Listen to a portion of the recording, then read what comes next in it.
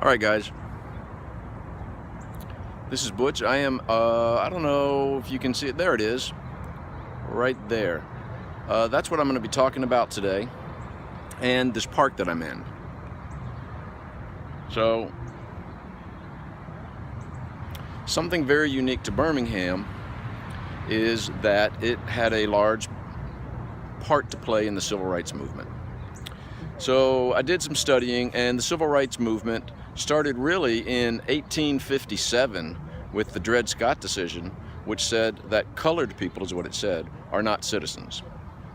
Then in 1862, Abraham Lincoln signed the Emancipation Proclamation, and in 1865 the 13th Amendment was passed, and we started going up downhill in a good way.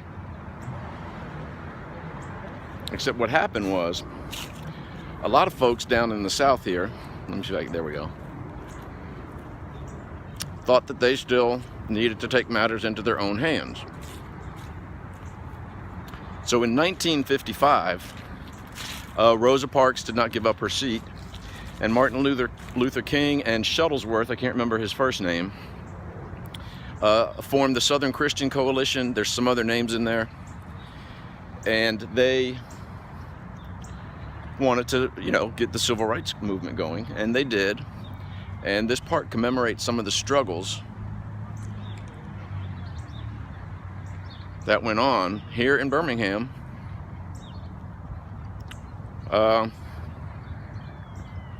what, 50 some years ago?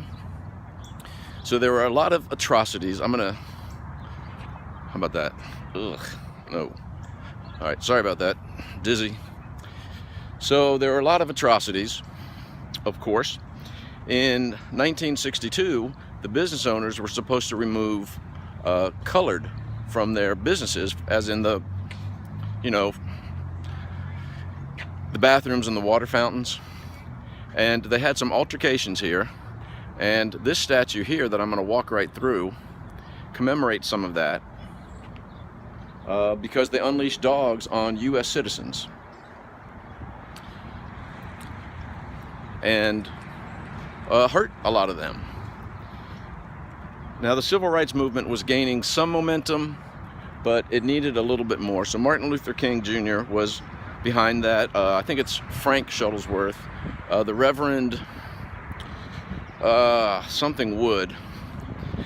So they've dedicated this park. Let me continue Lunting.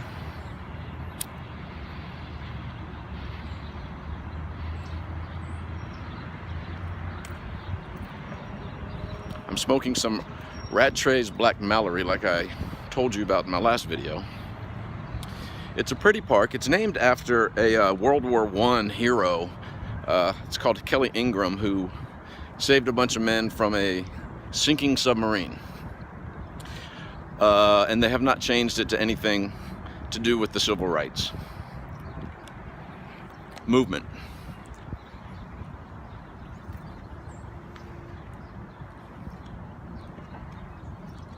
So as I lunt and come back around to where I want to be,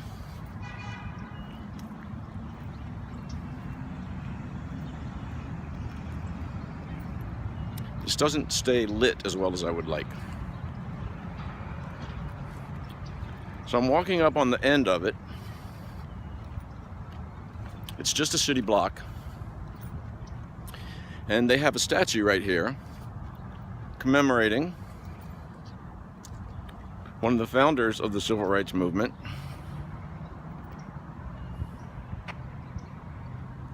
of course, Martin Luther King Jr. And so in 1963, two men decided to take matters into their hands. This was after the shopping boycott for the Easter season, and apparently that had a huge impact and made some people start to realize that they need to be treating people differently. And after that, in 1963,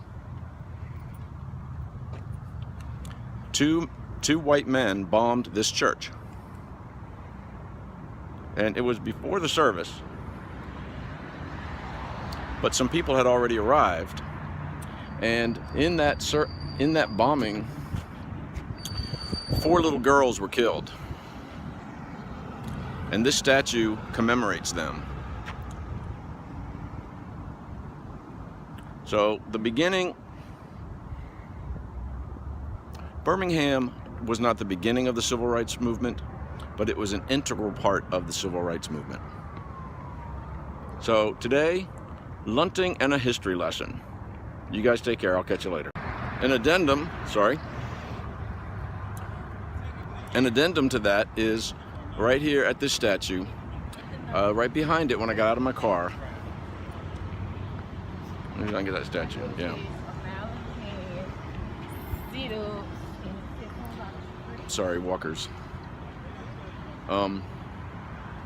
Right here,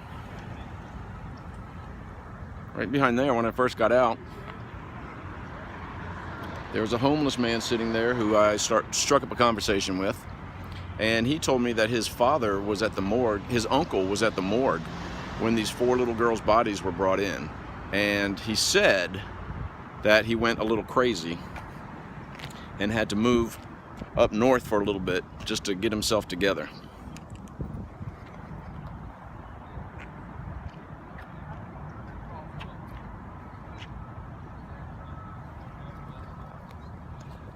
Now, this time, I'll really sign off. I'll catch you guys later.